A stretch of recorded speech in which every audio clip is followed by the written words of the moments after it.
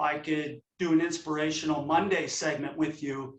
And I've been thinking so much, well, what can I say that'll make an impact, something that they can use after they listen to my talk?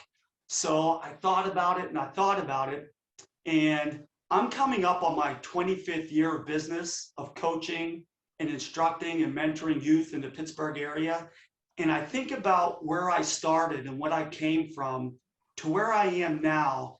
And if I sit back and I think about it, it's been an amazing journey. And so I asked myself, well, how did I get from there with a 26-year-old college dropout, working part-time jobs, $60 in his bank account, to owning a company, and a well-renowned company in Pittsburgh. And just recently, I signed community partnerships with Allegheny Health Network, which is a huge medical facility and organization here in Pittsburgh. I've done consulting work recently with Dick's Sporting Goods. One of my proudest moments was Dick's Sporting Goods asked me a couple years ago to throw out the first pitch at the Pittsburgh Pirates game. And that to me was just a culmination of doing what I do and being in the community for all these years, and someone recognized it. So it wasn't so much the pitch and meeting the players as it was getting recognized. And so that's what I want to talk to your group about is, how did I get from Dave Gray to Coach Dave Gray? And so how does that transfer to you? How do you get from who you are in school or as a teenager to where you want to be right now in the community and 10 years down the road? So I want to talk to you about your brand. So Coach Dave Gray, my business is called CDG Sports, which stands for Coach Dave Gray. So really, my business is an extension of me. Where I have gotten in 25 years and what I've achieved is because I built my brand. And I would say the first 15 years, I was building my brand without even knowing it. I was just kind of going out there and following my heart. But my heart said to help others, to help children. And sports just happened to be my vehicle. But I truly believe, in fact, I know that I was given a gift. And my gift was to relate to and mentor young people. Because when I was growing up, the first 7 years of my life, I went through at least three foster homes. I don't mean this in a bad way, but I was handing from just about every family member. And I lived with one for a year, another for 6 months. And I was moved around the family because my father was an alcoholic and a gambling addict. And my mother, she was preoccupied trying to take care of my father. So they weren't equipped to take care of me. So I know that feeling of being a young person and just kind of looked over, not getting recognized. My whole life was about what I'm about to talk about, was about trying to fit in and just trying to be accepted. So what I've done and what I want to share with you is, what did I do to hone in and develop and create a brand that is Coach Dave Gray? And so I have, coming from a coach, I want to talk to you as a coach. And so I have 10 plays. So the title of my talk to you is Coach Dave's Top 10 Plays for Building a Better Brand. So everything I've done and everything I've achieved is because I built a brand, and I've focused and I've harnessed the gifts that I have to use it for the community that I serve. And so I hope wherever you are in your life, in high school or junior high or middle school, I hope that these things that I talked to you about, if you can just take one or two and focus on and try to put them in your daily life, I guarantee you it's going to make a difference. It's going to make a difference in someone else's life. And here's the magical part to that. When you start to make a positive change in someone else's life, you automatically build your own self-esteem and self-confidence. and your self-worth. And that's what's happened. That's where I am right now. That's how I am able to talk to you, because I've built my brand. So think of yourself as a CEO of a company. I'm Coach Dave of CDG Sports, but you are, put your name here, you're the CEO of your company. And what I mean by that is no matter what you do in life, if your career is to be an attorney or an architect or robotics, or if you want to go down the sports path or business path, right now you have to take stock and start creating your brand, because it's never too soon or too early to show people who you are and what you're about. So the first play I have for you it's a very important one, and it's one that I struggled with at your age. It's give up the need to appear perfect. Society, the media, the world around us wants to mold you and create you into something that maybe you're not. Only you knows who you are, your core values, your characteristics, your passions in life. You are unique in that there is no one in the world that's like you. So as you're growing up and you're going through your day-to-day life, you have to ask yourself, well, what makes me tick? What puts a smile on my face? What makes me get goosebumps on my arms? Don't try to be perfect, because I have news for you. You're never going to be perfect. I'm never going to be perfect. But you know what? I don't want to do perfect, because me, that's good enough. Okay? So think for yourself. Don't try to be what others want you to be. You know what's best for you. Follow your heart. Don't try to be perfect. Just try to be you. The next play, number 2, and this is an easy one that you can do, and it's to smile. A smile is like your business card. A smile is like your name tag. You know, hello, my name is. When someone sees you smile, already that makes an unspoken connection, that they feel comfortable with you and that you're going to treat them with respect. Now, I go in front of groups of anywhere from classrooms of 20 kids to my summer camps of, outside of COVID times, camps of 500 kids. And if I went into camp and I wasn't smiling, it would be a shocker to everyone in that camp, because they know Coach Dave, great, that's part of my brand, that when you see me, I'm going to be smiling at you. So if you want to break the ice, and especially your age, it's intimidating to be in front of your peers and people you don't know, I want you to smile. That will do wonders. So that was play number 2. Play number 3 in my playbook is use and remember people's names. Now, if there's one thing, and you ask Lisa, that I'm kind of famous for, it's that I will remember a child's name. I have college graduates that come back to me now, and the first thing they say is they see me somewhere on the field and they'll say, hey, Coach Dave Gray, you probably won't remember me. And I cut them off and I say, Thomas, how are you doing? If you can take the time and remember someone's name, someone that you meet, someone that you interact with, it's one of the most powerful things you can do to help create your brand, your business, your CEO of you. And, I have to tell you, parents will email me and they'll say, Coach Dave, it's amazing that at the end of the camp with 100, 200, 300 kids, I noticed that you called every child by their name. Remember when I told you I was that child that was moved from foster home to foster home, from family to family? I felt like I was the unknown person, the unknown kid that nobody really cared about.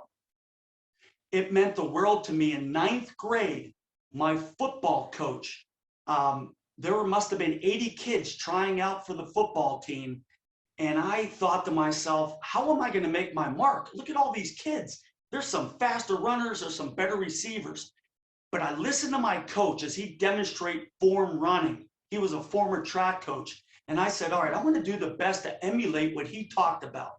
And I did that. And he yelled across the field. He said, look at Dave Gray. Look at Dave Gray. Look at him running with his running form. And everyone on the field stopped to watch me because he pointed me out. That was a catalyst to why I use and remember and always call my peers, my fellow coaches, administrators, but most importantly, the people that I serve, the children of Pittsburgh. I make it a point to remember and use their names. I can't put enough stock in that play right there. Moving on to play number 4. Those kids, your friends, people that you meet, when you're in front of them and it's a one-on-one, you make it a point to give them your full attention. One of the best books I've written, and it's a go-to book, like it's highlighted, it's ripped, it's folded, is a book called Make the Big Time Where You Are. And it's from a former coach that talks about no matter if you're in front of one player, in front of the team, or in front of many, you let them know that they're the best and the biggest thing happening for you right now. So at my camp, if Lisa's son, Frankie, is in front of me and we're talking, my full attention is on him. And I am going to give everything that I have to Frankie. Have you ever talked to someone and when you're talking to them, they're looking at you, but then they'll look beyond you. They'll look at people passing you. They'll look at anything going on behind you. You notice that, right?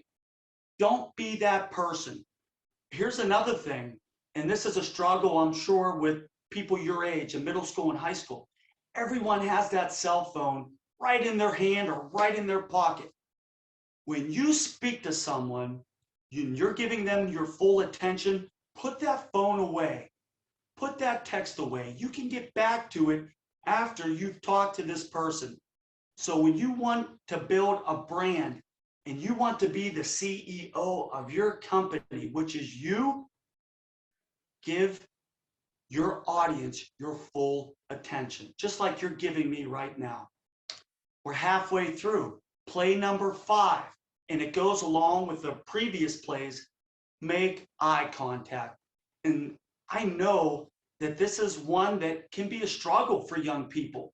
It was for me, because when I was growing up and my self-esteem was low and I didn't believe in myself, the hardest thing to do was to look someone in the eye. If you look at someone in the eye when they're talking to you, your teachers, your coaches, especially your parents, and you look them in the eye, right off the bat, A, you're showing that you're giving them your full attention, but B, you're showing that you're confident. You believe in yourself. You're showing eye contact. So that's one where when I'm done talking today, that's one where you can work on right away, especially in the world of wearing masks. I know that smile part is hard to do, so we really have to focus. Our eyes can smile for us. Believe it or not, our eyes can smile, but we really need to use our eyes as a focal point and as a communication point, especially during COVID. Play number 6 is simply be honest. Tell the truth. And I know growing up, this is one that I really got myself into so much trouble by not telling the truth. I lied. I made things up. They're one and the same. There's no such thing as a fib. A lie is a lie is a lie. And once you start lying, it's a snowball effect. And you do what you do to cover your lie. And so it's painful when you make a mistake. But if you acknowledge it and face it and be honest, and I'm big on apologizing. That's one thing I didn't do when I was your age and growing up. And even when I first started my business, I thought, I'm Coach Dave. Everything I do, it has to be right, right? No, I make mistakes every day. but I have to be honest in my world as part of my brand to account for my mistakes, to apologize when it's required. I have to be honest with myself and I have to be honest with others. Play number 7, and this goes along with being honest, is keep your word. If you want to be looked at as someone in the community that's a positive difference maker, if you ever want to get into coaching or mentoring kids behind you or peers like your teachers do, you have to keep your word. In my profession, even when I was young and 26 and making mistakes, whenever I scheduled a class for sports instruction or flag football league, that's one thing I pride myself on. I never in my 25 years canceled a class. I was never late for a class.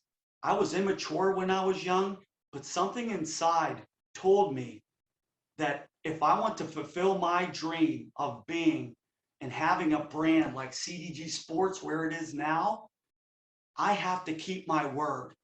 Your word is everything. Your word is who you are. It is your brand. And so I was able to make connections in my community with Allegheny Health Network and Dick's Sporting Goods and KDKA Radio and so many organizations that came to me and sought me out as a community partner because they know that they can put their trust in me and I keep my word. So all these things are important, but this is one that I really want to eye contact. I'm looking at all of you. Do what you say you're going to do. If you say you're going to be there for someone, be there. If you say you're going to send an email, yeah, I'll email you back. And what happens 9 times out of 10? We don't email people back. But it's little things like that that you're going to build your trust in your brand. Do what you say you're going to do. Play number 8. Don't allow setbacks in your life to hold you back from following your passion, your dream, your goals. And just a quick little story of when I first started my business. I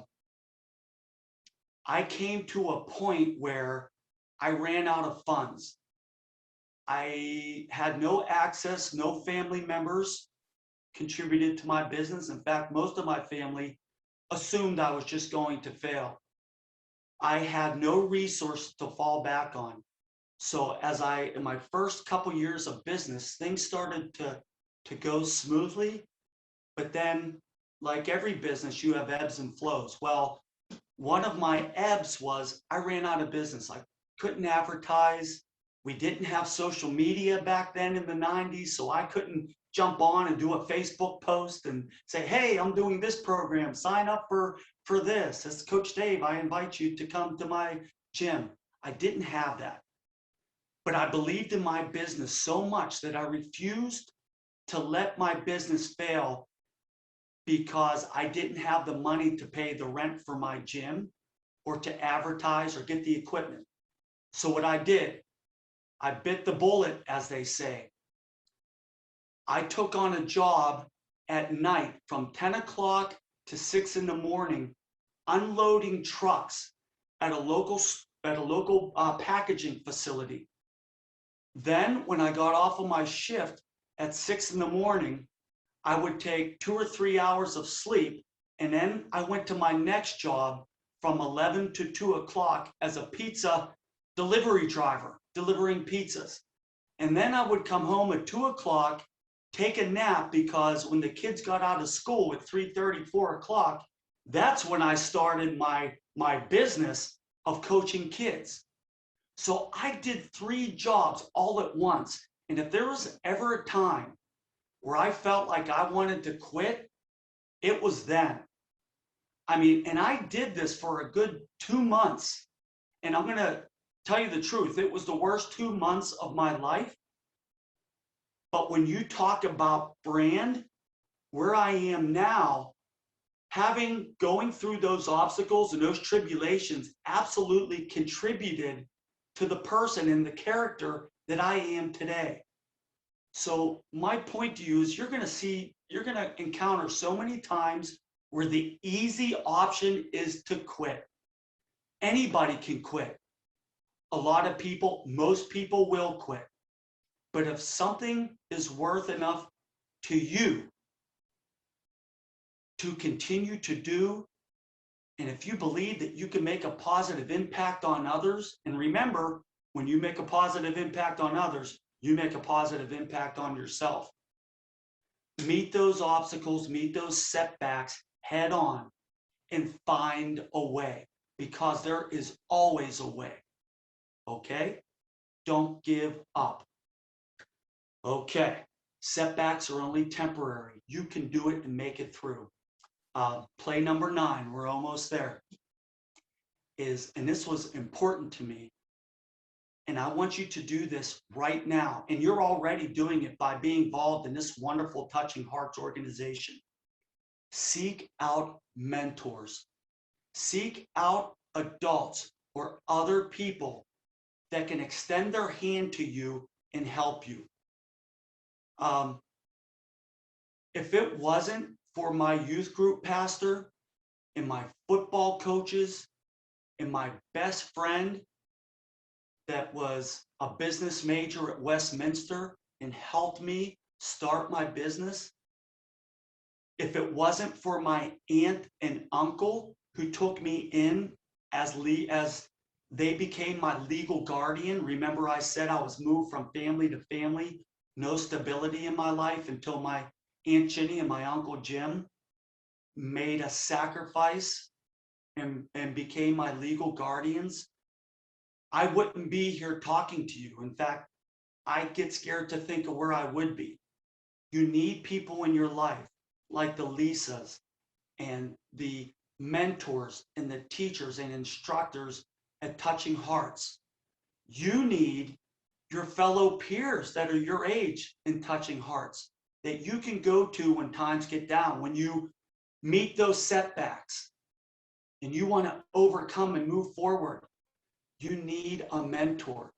I can be your mentor. I'm one email away from saying, hey, email me. How can I help you? And I'm going to Lisa has my info, and I invite her to give that to you.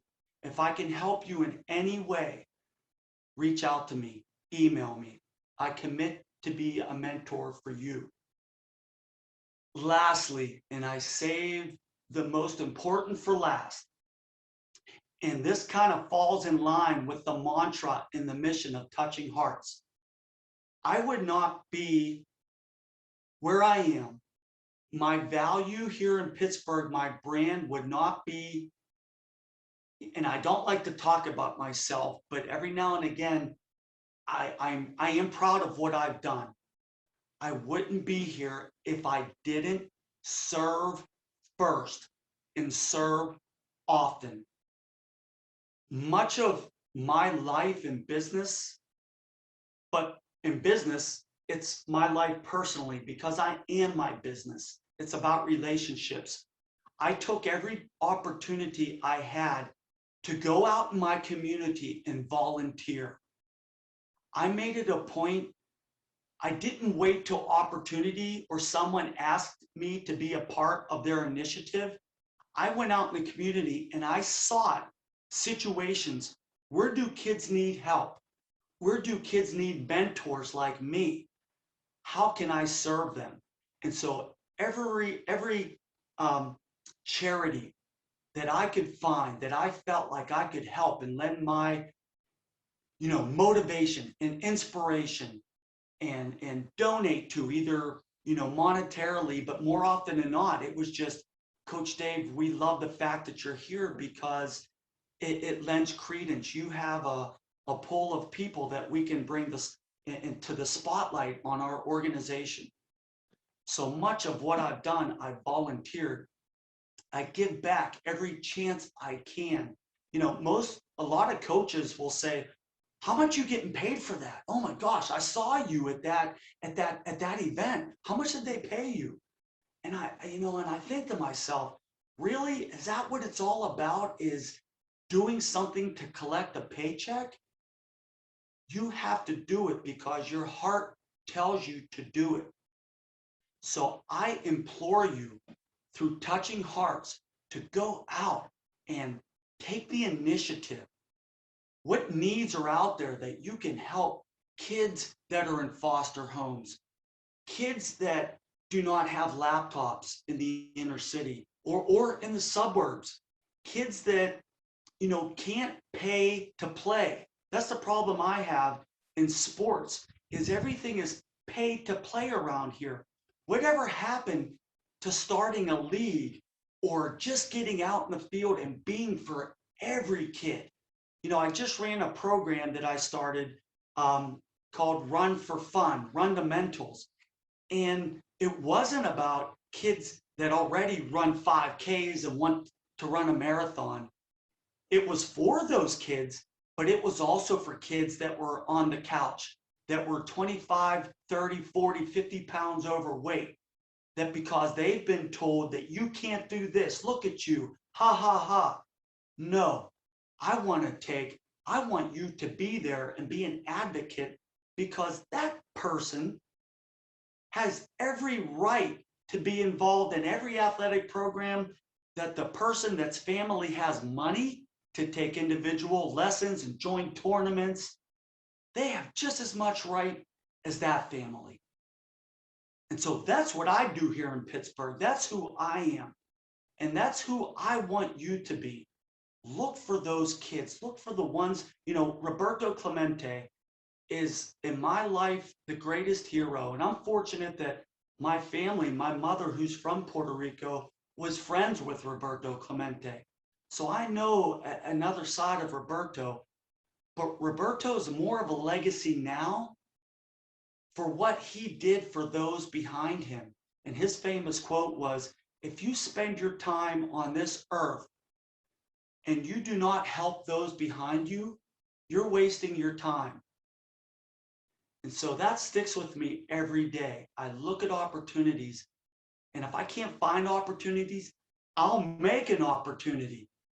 And just two examples of what I've done, and I tell you this because this is something that you can do.